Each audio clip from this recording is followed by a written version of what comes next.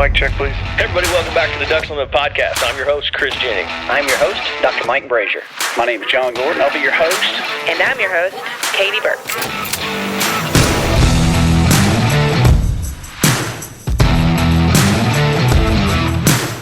Welcome to the Ducks Unlimited podcast, the only podcast about all things waterfowl.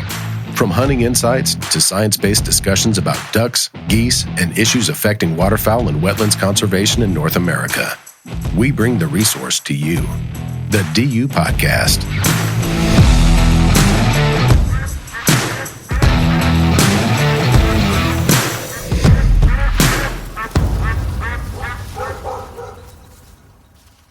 Hi, everybody. Welcome back to the podcast. Today, we are live at Discovery Park of America in Union City, Tennessee, and we have a special guest, Scott Williams here. He is the president.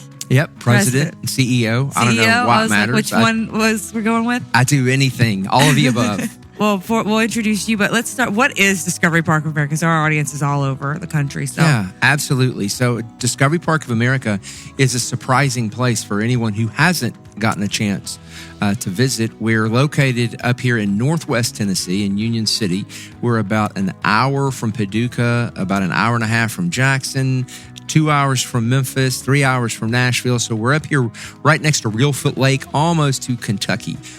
We were first envisioned by Robert Kirkland, who was a businessman and philanthropist here, who was from Union City, Tennessee. A lot of folks out there may remember shopping at Kirkland stores years ago. They're still out there. Are they still out there? Yeah, okay, I got one in Carnival. Oh, there you go. So you're familiar.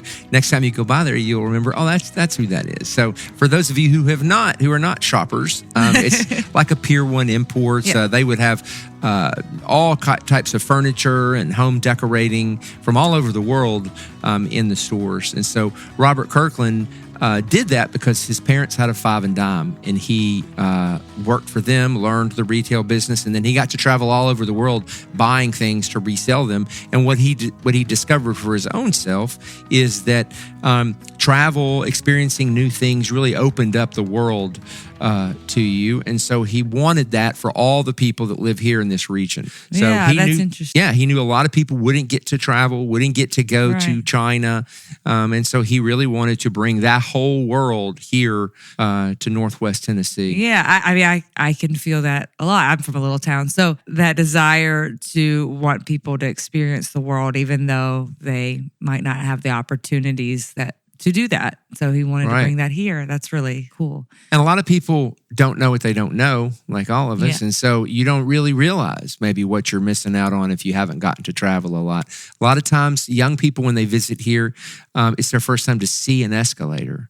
And so if you're seeing an escalator, and it's amazing how excited they get by it. So imagine what we can do with this $100 million museum and heritage park that Robert Kirkland built. How many acres are you on? It's 50 acres. 50 acres. The museum itself is 100,000 square feet. We have about 12 galleries that include everything from science to art to technology to history. There's a transportation gallery. People 100% of the time when they come here for their first time are walking around with their mouth open. Yeah, this is my first time to come here, and I did not realize. I knew that they had the main building, but going on around this building is so much as well. Like, for example, let's paint a picture of where we're sitting, and you can do that. I'll do my best. So we're in what we call the settlement, and it's a group of large cabins that have been actually brought in from all over the region and put back together again here. This particular cabin that we're in is called the Trapper's Cabin, and it looks like maybe what a trapper's cabin might have looked like if he had a really great decorator. Back in the mid-1800s, there are a lot of really beautiful taxidermied animals hanging on the walls. I'm guessing he didn't have access to moose. Well, he brought that with him when he came here from Canada. David Crockett was from this area. He was a big hunter. This is not a cabin he lived in, but we also have a tribute to David Crockett in a lot of ways here. There's a big screen behind you that's not playing right now, but that plays David Crockett series, so people can see that. And there are David Crockett books all throughout, this place so that people can experience it. So it's also a place where we're getting ready to completely revamp this whole space, for the exhibit that you and I have been talking about. Oh, that's cool. So what else is on these grounds besides there's a museum space, obviously these cabins, and then there's a few other things out here? Sure, yeah. A couple of the things on the inside that people really enjoy. There's an earthquake simulator. So, well, we should talk about that because you're by Reelfoot Lake. So why is there an earthquake simulator? So there were a series of earthquakes in 1811 and 1812. They started off as little mini earthquakes. Most people left the area. There were very few people here, maybe some Indian tribes that were hunting. But this particular around Reelfoot Lake was not necessarily a place that people lived, and there weren't a lot of settlers there at that time. 1811 and 12, there started to be earthquakes. And then in 1812, the big one hit. We're right over here. We're on a fault line.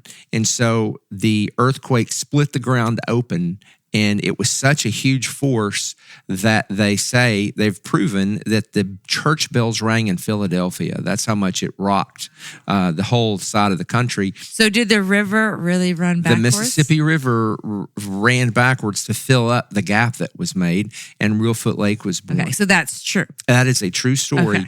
Okay. It sounds kind of... It does. Well, it sounds very, science fiction. Yeah, it sounds very crazy, but it really did happen. It created a space that then became, for obvious reasons, filled with wildlife of all kinds. David Crockett was one of the first settlers in this area, and he wrote about hunting and what he would shoot at Reelfoot Lake and fishing, and it was just a lot of Native Americans then started coming through, and so anyway, it just became a beautiful place for people to both live and work and hunt. What else is out here? So yeah, just what else a couple is of out here? highlights. Okay, I'm sorry. So the earthquake simulator tells that story, but in a way that you're actually experiencing the earthquake. Okay. And then we have 3D movies that tell. They rotate a lot of the IMAX 3D movies. Yeah. We have a transportation gallery that has about 30 vintage cars that always blow people's minds when they see that. We have an actual Titan missile out back in our STEM landing. That's actually a Titan missile that came from NASA, which that's a lot of fun to see. We have a whole military gallery with the gigantic helicopter from Vietnam, a lot of missiles, tanks, everything you can imagine. We have a Native American gallery where you can experience a lot of the tools and the art and the life of Native Americans. And that's just some of the things that are inside. Outside, we have Robert Kirkland, this is a funny story. Robert Kirkland wanted a train. And so he said, get me a train. And they were like, we can't find a train. He's like, you get me a train. That was something he really wanted. So they searched and searched, and finally they found one that was in storage in Gatlinburg. Okay. And it had come from, I believe, Norway. And it was from Norway in the 60s. So it's a really funky train, but they brought it all the way here to Obion County and set the locomotive. We have the caboose. We have all the cars, sleeper car, eating car, and you can basically just walk all the way through it. We're currently adding to that area. We're adding a main stage performance center. So that'll be something that'll be premiering this summer that we're really excited about. There's a row of statues here, sculptures, a row of people that Robert Kirkland really respected and appreciated their work. So there's Ronald Reagan, there's Abraham Lincoln, there's Thomas Jefferson, and there's Ayn Rand. Who was a writer that, Fountainhead. And he passed out copies of Fountainhead to his friends and family. So he was very passionate about her. There's right over in that same area, there's a reproduction of the Liberty Bell made by the same foundry that made the original Liberty Bell. So it's to scale and everything. So, all right, I have a nerdy museum question. Okay. It's such an eclectic collection. What was the museum's? I don't know if it was the museum at that time or if it was Kirkland himself before the museum opened. What was his, focus in collecting? Like, how was he acquiring objects? How was he thinking about acquiring? What was he thinking about while he was doing that? That's a great question. So Robert Kirkland wanted a center of education. And he didn't know exactly what all that would be, but he put an ad in the paper and said, meet me in the library. I'm going to build a center of education. If you want to be part of it, meet me in the library. So 250 members of the community came out. Oh, that's amazing. And he divided the room into science, technology, history, marketing, communications, other. And he said, go to the table that you're the most interested in that topic. And so people got up and went around and they sat down, and he said, okay, you are the committees. I want you to meet. I want you to bring me back. I'm going to pay for it, but I want you to bring me back what you think would be in a center of education. And those became the committees, and each group focused on their particular area. He then took all of that information to museum professionals and said, here's what we want to build. And then they started working on it with using that. And so he got a lot of input from a lot of people. His very first really big major artifact he purchased was a woolly mammoth that you can see up next to our aquarium. I should have mentioned we have an aquarium filled with fish from Reelfoot Lake. But the woolly mammoth was his first buy. And from there, he just acquired all of the things that you see here inside and out. He would send people out to go to car auctions, and they would be on the phone calling back, saying, do I keep bidding? And he would keep bidding. He really honestly spared no expense when it came to Discovery Park, which is interesting because as an individual, he was very frugal. He really wasn't a person who was outrageous. He and his wife, who was a delightful lady that I got to know a little bit before she passed away as well. But, they were not showy. They were just good, hardworking, honest people. And except when it came to Discovery Park, he literally spared no expense. He wanted the best for the people of this region. And so that's why the quality here is what people always walk around and say, this is insane how great this is. Oh, yeah, especially like the location. Who owns the museum now? Sure, we're a 501c3 nonprofit, so the world owns the museum. Does the community still have a big input into the museum? Oh, absolutely. Before we do any exhibit, before we do any major steps, we do what Robert Kirkland did, and we convene a group of people. We opened a exhibit on innovation in agriculture last year, and it came out of we would call them focus groups in the marketing biz, but they're just groups of people that we would pull together who work in agriculture. And we would say, hey, if you're going to build an exhibit on agriculture, what would you put in it? And they would tell us, and we learned so much. Not being a farmer myself, obviously, I would learn a lot from people who work in the science of agriculture, professors at UT Martin, folks who drive a tractor, young, old. We really just had, about 10 focus groups where we heard a lot. One of the groups that we did focus groups with were young people who were like elementary school age. Yeah. And we asked them things like, describe a farmer. And of course they said, overalls, boots, drives a tractor, and so we learned right away, we've got to figure out a way to help young people know that's not who is a farmer. That folks who work in agriculture are all ages and colors and sexes, and that it's a great career path to choose. I literally sent my daughter to school as a farmer today. Oh, excellent. So, that's funny. That's ironic. That was like they learned about farms this week, and so we all had to go. They tell the teachers they need to do a field trip here to our ag center as part of the results of those focus groups. And the farmers saying the same thing is people don't know who we are, what we do. They have a lot of misunderstandings. So as part of the exhibit on the walls, we traveled around to farm shows and ag shows in the Mid-South, and we had a photo booth, and we took headshots of all the people working in agriculture, and those cover the walls. Oh, so when people go in, they can see 250 people who have chosen agriculture as a career. And, all right. And well, it depends on what agriculture you're in, too. Like, it's very wide, diverse, like, of who those people are. If they're cotton versus cow versus dairy farm, like, it's such a wide variety. Well, and, the whole point of the exhibit is by 2050, the world is going to be so many more people that if we don't figure out a way to innovate when it comes to our food, fuel, and fiber, we're going to be in trouble. So that's what the whole exhibit looks at, is how farmers are working today to try to meet the needs of their children and grandchildren that are coming behind them. Yeah, and then with us as Ducks Unlimited, we work with farmers also to find that like happy ground that they are still producing food and having their livelihood, but we're also saving those wild places and those wetlands. So there's a lot to it. Oh, much absolutely. more to it than just and we need plant. the best and the brightest to want to choose things like conservation and agriculture, and they need to understand that's a career. Yeah. So that's what that exhibit is all about. And that came, to answer your question, that came out of us bringing people together and dialoguing about the topic, just like Robert Kirkland did to get Discovery Park of America, and that remains what we try to do. When you work in the museum business, you have to check boxes like, are you a children's museum, a science museum, a history museum, an art museum? And honestly, I have to check every single box because we are all of that and then some. I was just talking to a group of students who were visiting here who were from a hospitality and tourism class.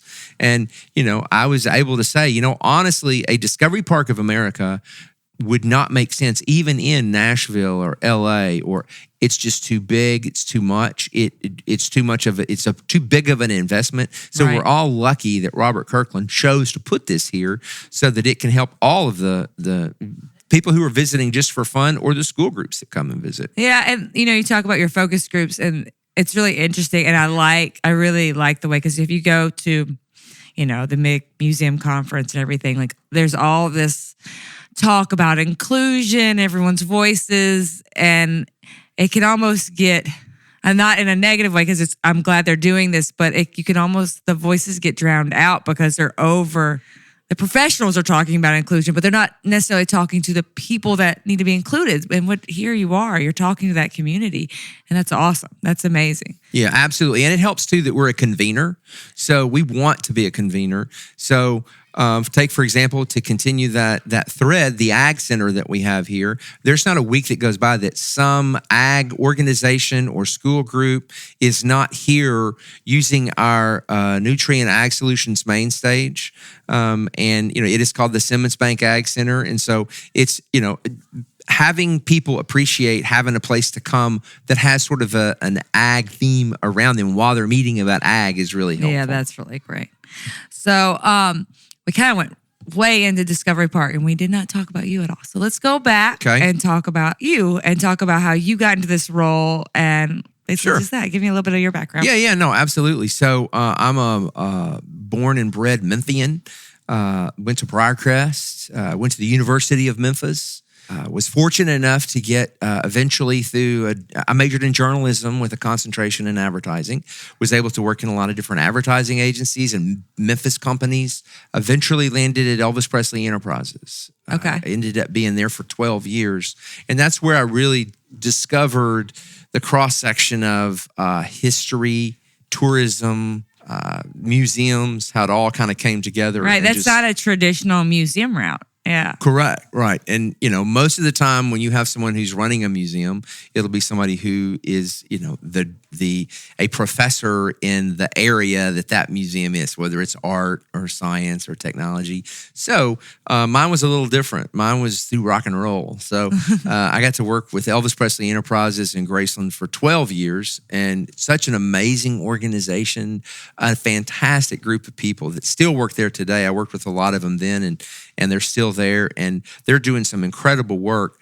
And I was blessed to be able to work on things like the Elvis Cirque du Soleil show, the Elvis Broadway play, anything that had Elvis on it, I got to be a part of contributing to that. And so it was just a blast. And we ended up wanting to do an exhibit on Elvis and free expression with the folks at the museum in Washington, D.C. And so I worked with them closely on that. I actually went to D.C. for the premiere of the exhibit, was instrumental in the marketing and promotions part of it with my team. And then they shot me an email and said, hey, we know you liked working with us. We liked working with you. Have you ever thought about, changing jobs? And my wife Was just graduating from the University of Memphis with a degree in art history. And I had two daughters. Have two daughters. My youngest was going into the 6th grade. And my oldest was going into the 8th grade. So those were kind of nice. Everybody was at like a nice little transition point where it felt like it was meant to be. So we did. So we packed up, moved to Washington, D.C., and stayed there about 7 years, where I ended up being the president and COO of the museum right there on Pennsylvania Avenue, right across from the National Gallery of Art. Just some incredible people there doing great work.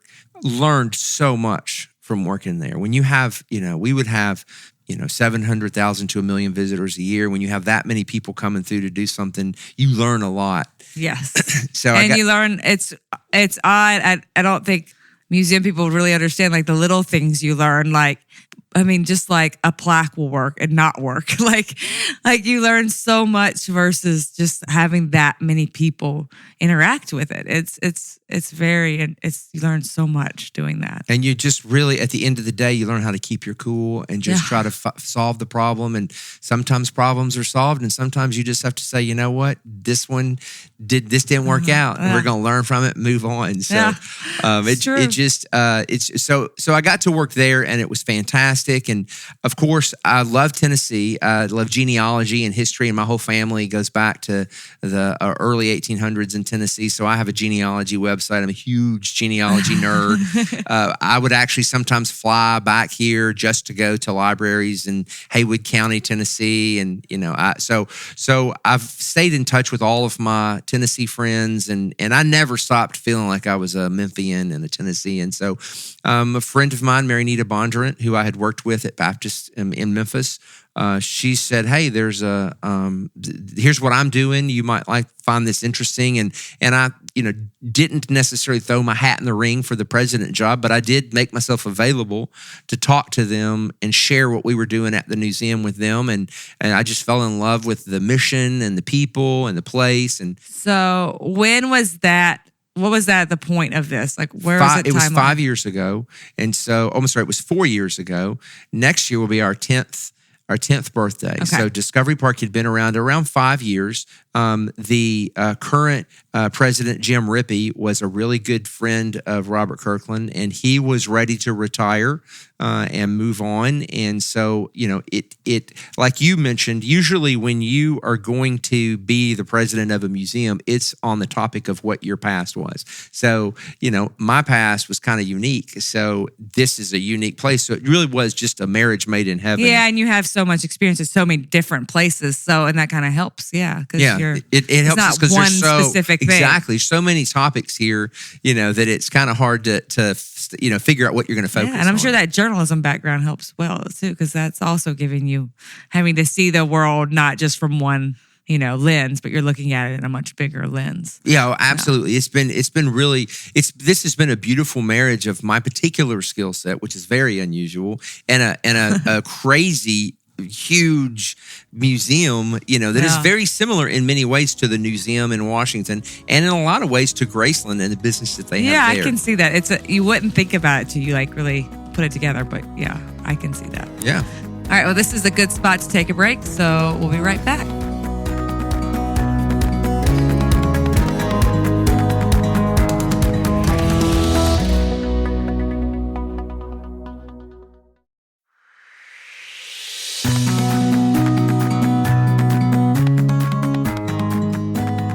Hi, everybody. Welcome back to the show. Scott and I are going to talk a little bit about his upcoming exhibit. To join us, we have past President George Dunklin. Welcome, George. Hey, good to hear from you. Good to hear from you. We've been working, us and George and quite a few other people, on this exciting new exhibit you have. Can you kind of start off by kind of giving us a little bit of a taste of what that's going to be or what you're working on? Sure, absolutely. So as we discussed in the first segment of the show, we take a lot of our cues from the public and from the people that we hear from who are in the area. Discovery Park of America is one of our unique things about us is we're located here in the Mississippi Flyway. We're close to Reelfoot Lakes. We have a lot of duck hunters and conservationists and folks in the area. And so we thought, hey, maybe we need to focus a little more on that because when people come here to visit Reelfoot Lake, it'd be great for them to have, a place they could come that would accompany that and sort of give more context to that story. So we have water here at Discovery Park. We have cabins as the one that we're all sitting in today. And so we started to flesh that out more. And as we talked about with the ag exhibit and with Discovery Park to begin with, we love to bring people together and ask, hey, what should we do? So we've probably talked to 100 different individuals who are either duck hunters or conservationists or educators or people who are passionate about waterfowl hunting or conservation. And we've said, what stories do we need to tell? What do people need to know? Now, obviously, your listeners, many have been duck hunting, and they've been members of Ducks Unlimited since they were little kids. And so, but our audiences don't know anything. So they'll be coming in here and they won't know anything about duck hunting or conservation or waterfowl in general. So we ask, what should we tell? And that's how we met. Of course, Ducks Unlimited is they own the space, as they say. And so with you all, we went to you and said, hey, what do we need to do? How do we tell this story? Because you guys have been doing it, for decades. And so it's a great relationship. And through that, we met our good friend, George. Yeah, that's funny. I've known George a really long time through Ducks Unlimited and through my dad. And as I knew him when I was in high school. And we were on one of these calls. How many people are on these calls, these Zoom calls? It just depends. Some of them we would have 30 people. Yeah. Some of them we'd have 6 or 7. Some of them would get pretty big. Yeah, so we were on one of these huge Zoom calls, and I see George Dunklin, a little face and a little square up there, and I'm like, oh, hi. I know him. Yeah, I know you. And then as soon as we get off the call, I think George calls me right away, and then we kind of start talking about our involvement. And from there, George, can you kind of talk a little bit about how we have stepped in and kind of contributed to this space as well? Sure, Katie. And thanks again for having me, because this is a great story to tell, and this exhibit is going to be phenomenal. I got involved with Discovery through a mutual friend of Scott's and mine, is Lisa Humra. Well, Lisa Sears, but her maiden name was Humra. And Lisa's brother, Alan, was my closest friend in the world. And his father, Bill, or we always call him his grandfather's name, Poppy, loved Discovery Park. And he had been telling me about Discovery Park. But I had no idea until we went, unfortunately, to his celebration of life service here July of 21 after he died, how phenomenal this place was.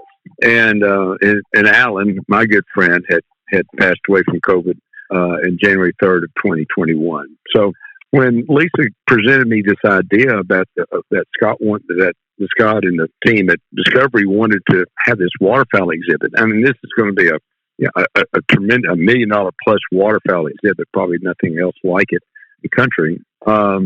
Would Ducks Unlimited like to be a part of that? And I went back to our Ducks Unlimited folks and started talking to them. And then I also wanted to be able to bring in and honor the Hummer family. The Hummers are from Fulton, which is just a few miles to the north, probably less than 10 miles to the north of where the museum's located. They had an affiliation with the museum, a real passion for the museum. And it just looked like to me a perfect marriage between Ducks Unlimited, the Hummer family, with waterfowl. And this museum is going to be seen by so many hundreds and thousands of people each year. It's going to be able to see what Ducks Unlimited is about, see what waterfowl and conservation, see how important that is to our country and what we do, and how the Mississippi Flyway, which is right in the heart of the Flyway, how important that is. And it just felt good all the way around. It's just one of those. This is the right thing to do. And so I got together with DU and the Hummer family, and we kind of came up with a funding plan for it, where people are donating in honor of the Hummer family, and it's going through DU, but the money's being to go to the museum. So that's kind of a long story of how I got there, but I'm very proud of it to be part of this. My wife and I, Olivia, are very excited to be part of this, along with the DU family to be part of this. This is something a little bit out of the box, Katie, than we normally get involved with DU. Our money almost always goes to the habitat, and this is very rare. So this is an exception. But also, education is critical, that we reach out to folks that don't understand the importance of wetlands and the benefits they bring to all of us in this country. So I just thought this is the perfect way. And in this facility, it's just, you have to go see it. There's no way you can describe Discovery Park of America unless you set foot on it. There's absolutely no way. The Kirkham family that built this they did it right, and unlike anything else I know of in the country.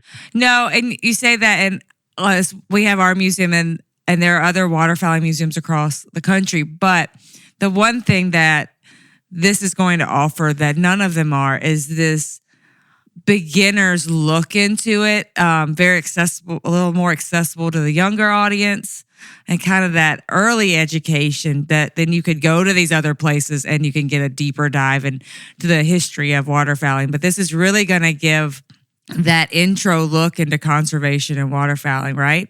Yeah, absolutely. And a lot of people don't understand that. A lot of people are clueless, about where those two areas intersect and the importance of wetlands and the implication of not having. What would the world be like if there weren't a Ducks Unlimited and there weren't people looking out for this? So anyway, all those things has been fascinating to all of us who are working on the exhibit on this side, who knew nothing really. Even though we live here, we knew very little about waterfowl and conservation and so it's just been amazing to learn what all is going on. We didn't know what we didn't know, and so we're so excited to share that with our visitors. Yeah, that's really exciting because even at the pyramid, one of the most common questions we get is, how does hunting contribute to conservation? Absolutely. It's always there, and this will be a really good chance. Like, we kind of have a baseline when you walk into the pyramid that you have a little bit of a baseline knowledge when you walk in. It kind of, there has a little bit, but there is kind of that baseline. And it should be. We're in a waterfowl hunting section of a Bass Pro. Like, you kind of come in with a little bit of a baseline knowledge. So this will be really great to have a place that can kind of get people to that point and teach them about waterfowling. So they're not like, they have a little more going in. So they can go see these other exhibits and they can learn more they can dive a little bit into that topic a little bit more. And then, the other part of this is, as we can hear right now, we all around us are kids screaming and having fun. And so that's one thing that we feel like we can bring to the partnership. Or hundreds of thousands of school groups, coming through, who will be exposed to this and who will learn brand new things I didn't even know about. Yeah, we're not just a clothing brand. Well, yeah, you know what? although I'm sitting across from some really cool Ducks Unlimited jackets, and I got a hat you guys brought me. So hey, nothing wrong with that. All right, so before we move on from this, is there anything either of you would like to add for our audience that we haven't really talked on? Katie, I like this. The only thing else I'd like to add, this ties really well in with our Wings Over Water IMAX movie that is being introduced around the country right now, and its audience is about the same.